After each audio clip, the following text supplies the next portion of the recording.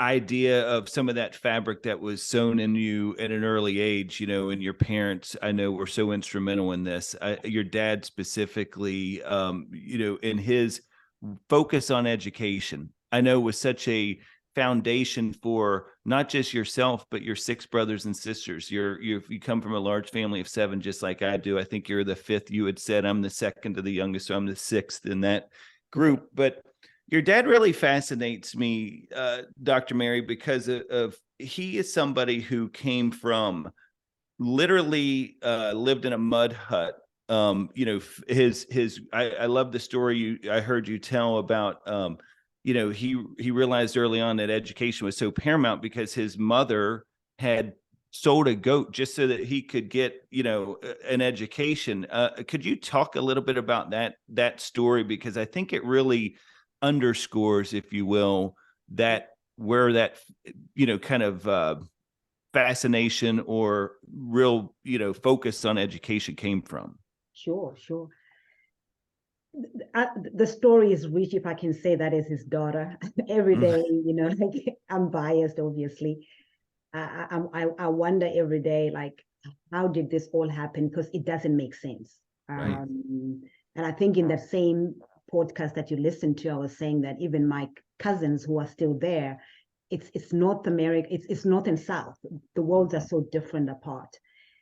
So my dad, so there are different parts of Zimbabwe. There's the less disadvantaged, then there's the less disadvantaged. Wow. That's where my dad came from. Where our dialect, because you can speak the same language, but if the dialects can be different. Our dialect, where my dad came from, the rest of Zimbabwe could not really understand. They were looked down upon. Nothing good was supposed to come out of there. And then my dad comes out. And what's also very fascinating is that the person who charters his course for education is a woman who does not even know how to speak English, who doesn't write. So you wonder why my grandmom decides to send my dad to school and to sell this goat.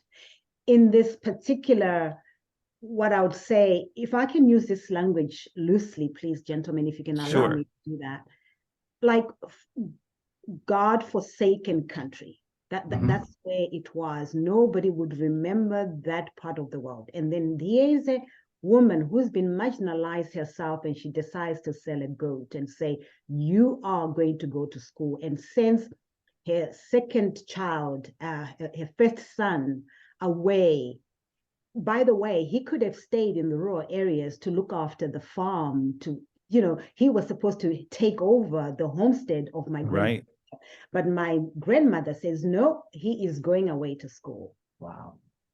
And when he goes away to school, gentlemen, he does not have proper clothes. It's just something to cover himself.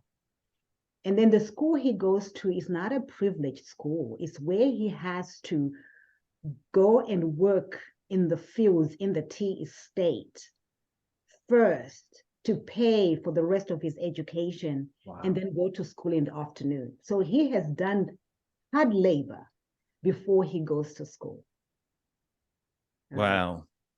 So that's the kind of fabric that I come from. And I honor him, and even my grandmother. And then from there, he just starts to move forward. Though he never goes back physically to the rural areas, but he supports, he becomes the breadwinner for his parents. And then he goes into South Africa, works in the mines. And I always tell a story that when he gets there, he was supposed to go under the mines. Then he negotiates. He says, but I'm a bit educated, man. Right. I have 7th grade education. I can write, I can read. I'm sure I can be the clerk. There's negotiation power, right? Not letting your circumstances. He already thought he was highly qualified. And guess what? That's what he became. He became the clerk, and he used to, do the lighter job, so to speak, because he thought he was educated enough.